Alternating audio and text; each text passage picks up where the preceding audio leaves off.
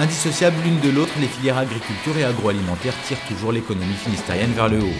Premier département français pour les choux-fleurs, artichauts, échalotes et tomates et premier département pour la viande porcine, l'agriculture de la pointe bretonne représente plus de 21 000 emplois et génère 2,28 milliards d'euros de chiffre d'affaires.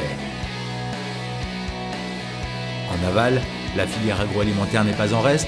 En 2014, dans le Finistère, plus de 20 000 salariés travaillent dans ce secteur d'activité au sein de 638 entreprises. L'agroalimentaire, c'est 44% de l'emploi industriel finistérien. Malmenées, ces filières sont régulièrement exposées à la concurrence d'une mondialisation accrue. Mais l'agri-agro s'adapte. Des contraintes imposées, cette filière en fait des atouts.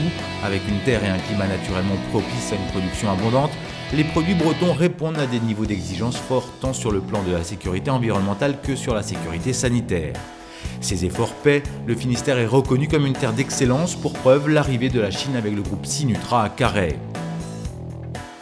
Autre force de notre territoire, c'est la densité d'entreprises, une concurrence saine qui permet de créer une véritable synergie et émulation pour tirer la qualité de la production vers le haut.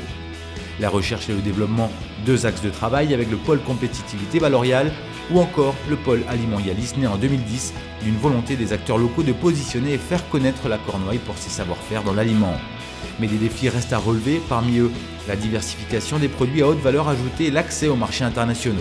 Et pour ce faire, l'innovation, la formation et le financement font partie des clés du développement économique de ces filières.